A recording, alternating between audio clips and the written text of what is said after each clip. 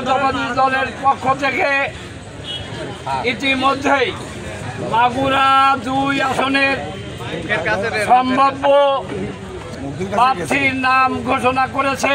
আমাদের প্রিয় নেতা তারেক রহমানের কাছে শালিকা মাগুরা মোহাম্মদপুরের নির্বাচনী এলাকার মানুষের মাঝে যে ক্ষোভ এবং কষ্টের সঞ্চার হয়েছে, মানুষ অস্থির হয়ে পড়েছে।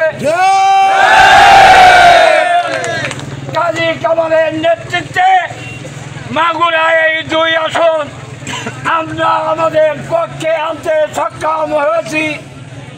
আপনারা যার নাম ঘোষণা করেছেন একজন গণবিচ্ছিন্ন রাজনৈতিক ব্যক্তি, সাবেক স্বৈরশাসক এরশাদের সংসার রওশন এরশাদের পালিত পুত্র, তাকে আমরা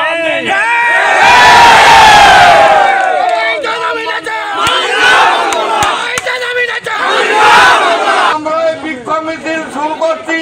অবিলম্বে আমরা দলের কাছে আবেদন রাখবো, এই প্রাণপ্রিয় নেতাকে আপনারা তাকে মনোনয়ন দিয়ে আপনারা ধানের শিশু উপহার দেন।